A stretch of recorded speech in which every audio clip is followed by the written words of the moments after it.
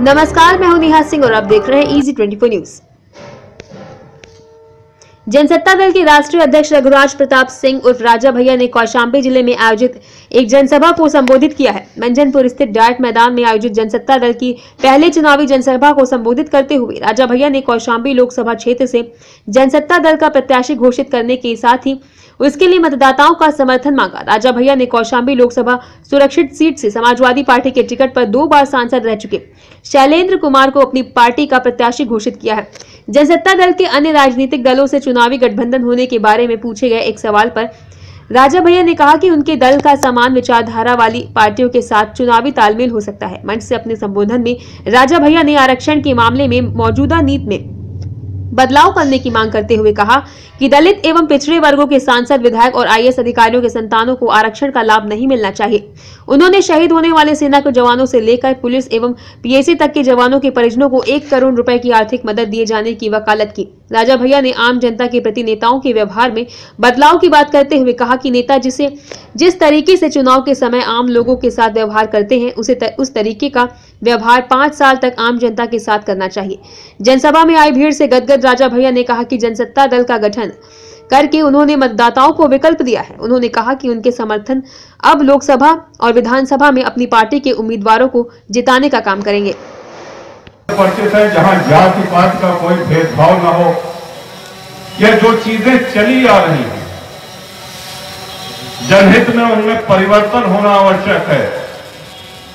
आज हम वाकई कहना चाहते हैं आपसे कि एक आईएएस या आईपीएस अफसर हो गया, वो दलित है, उसकी संतान को आरक्षण की क्या आवश्यकता है? वो आरक्षण जो गरीब मलिन बस्तियों में रहने वाला दलित है उसकी संतान को मिलना चाहिए। और शैलेंद्र जी सांसद रह चुके हैं, 3 बार विधायक भी रह चुके हैं, दाल रोटी चल रही है। इनके संतान को, इनके पुत्र को आरक्षण की क्या आवश्यकता है?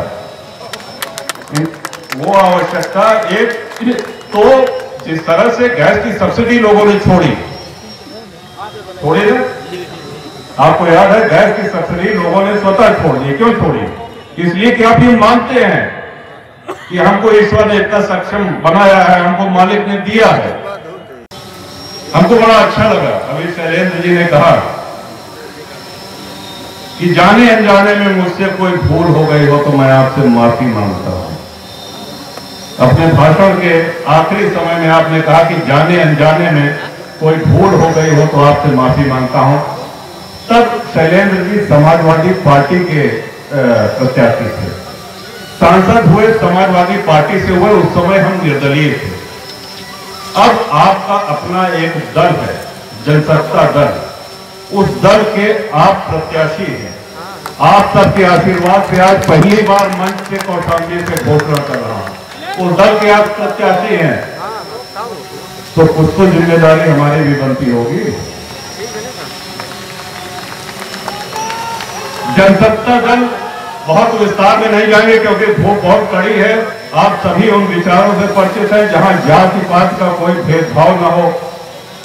यह जो चीजें चली आ रही हैं, जनहित में का युद्ध हुआ और ऑपरेशन विजय के बाद कारगिल के युद्ध को समाप्त कर दिया गया, भारत की विजय हुई। लेकिन शहीद उसके बाद भी होते रहे। उस दौरान, युद्ध के दौरान जो लोग शहीद हुए उनको सरकार के द्वारा गैस एजेंसियां मिली, पेट्रोल पंप मिले, सुविधाएं मिली। लेकिन वहीं 2 दिन 4 दिन बाद जो जवान शहीद हुए आज तक होते आ रहे हैं, उनके परिवार को कुछ नहीं मिल रहा उस चीज की तुलना में। तो 1 करोड़ की धनराशि शहीद के आश्रितों को मिलनी ही चाहिए, चाहे वो सैनिक बल के हों, चाहे अर्धसैनिक बल के हों, और चाहे हमारे उत्तर प्रदेश पुलिस और उत्तर प्रदेश के पीएसी के जवान हों, उनके आश्रितों को मिलना ही चाहिए। और इसके साथ साथ जो 5 वर्ष की है, क्योंकि सीमा पर शहीद होने वाले जवान वो नौजवान होते हैं, किसी की शादी नहीं हुई, किसी के बच्चे बहुत छोटे हैं, और मृतक आश्रित में मात्र 5 साल के अंदर नौकरी मिल गई तो मिल गई, उसके बाद उसको मान्यता नहीं होती है। तो समय सीमा भी हटाई जानी चाहिए। आप देखिएगा जिस तरह से 10% गरीब लोगों के आरक्षण में वृद्धि हुई है, उसी तरह ये विचार भी लोगों के बीच में जाएगा और सारे राजनीतिक दल बहुत जल्दी इसकी घोषणा भी करेंगे, क्योंकि आपके और जवानों के और देश के हित की बात है। तो एक विचार का जन्म हुआ है, और जब किसी का जन्म होता है, कोई पैदा होता है, तो उसको परवरिश की जरूरत होती है।